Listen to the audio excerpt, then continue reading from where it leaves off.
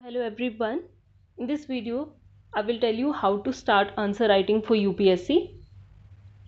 Initially जब मैंने preparation की शुरुआत करी थी तो मुझे बहुत डर लगता था कि आंसर राइटिंग कैसे करते हैं. Though I was very comfortable and I am very comfortable at my comprehension section when it comes to essay writing and other means answer writing things. लेकिन जब टॉपर्स के आंसर्स देखते थे तो एक फियर डेवलप होता था कि हमारा आंसर वैसा नहीं बन पा रहा है. तो अब जो जर्नी थी मैंने कैसे इम्प्रूव किया तो वो मैं आप सबको एक्सप्लेन करूँगी और I hope you find this video helpful. So firstly आपको शुरुआत कैसे करनी है, आंसर राइटिंग की शुरुआत आपको कैसे करनी है. तो सबसे पहले जब आप अपनी बेसिक एनसीईआरटीज़ को रीड करते हैं उसकी सेकंड रीडिंग के बाद एनसीईआरटी को जब आप 2 बार रीड कर लेते हैं उसके बाद जो एनसीईआरटी के चैप्टर के एंड में जो एक्सरसाइज फॉर्म में आपको सब्जेक्टिव क्वेश्चंस दिए होते हैं तो आपको उनके आंसर्स लिखना है.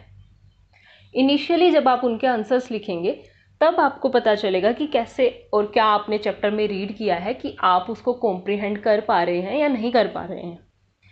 तो इसीलिए जो चैप्टर के एंड में एक्सरसाइज में क्वेश्चन दिए होते हैं आप सबसे पहले वो लिखिए और उससे आपका थोड़ा बेस बिल्ड होना शुरू हो जाएगा आंसर राइटिंग में. उसके बाद फर्स्ट स्टेप पे आते हैं जब हम, तो प्रीवियस ईयर क्वेश्चंस की बात आती है तो हमें प्रीवियस ईयर क्वेश्चन देखने चाहिए कि यूपीएससी में पूछा क्या जा रहा है. उसके बाद हमें टॉपर्स की कॉपी देखनी चाहिए.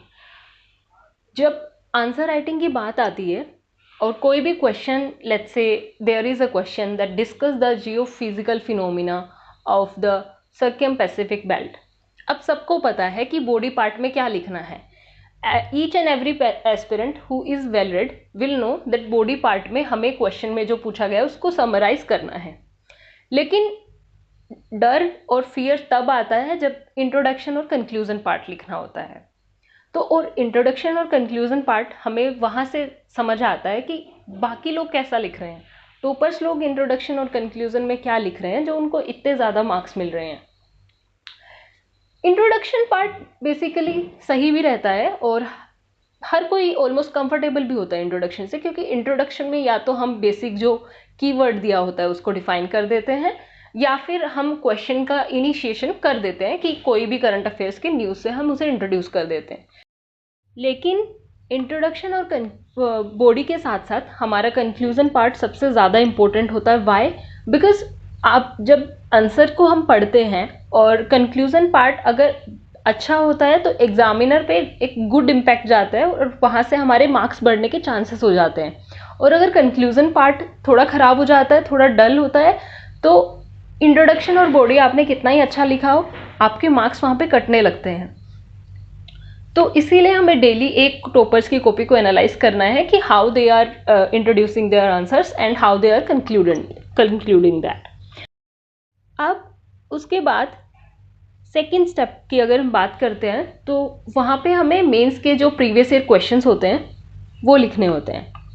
और प्रीवियस ईयर क्वेश्चन लिखने के लिए फर्स्ट स्टेप आपका क्या होना चाहिए कि आप गूगल करिए, जो क्वेश्चन का कीवर्ड है उसको गूगल करें, यूपीएससी मेंस लिखें और जो भी 2-3 वेबसाइट्स आ रही हैं आप उन सबको एक बार देखें कि उन्होंने आंसर को कैसे स्ट्रक्चर किया है.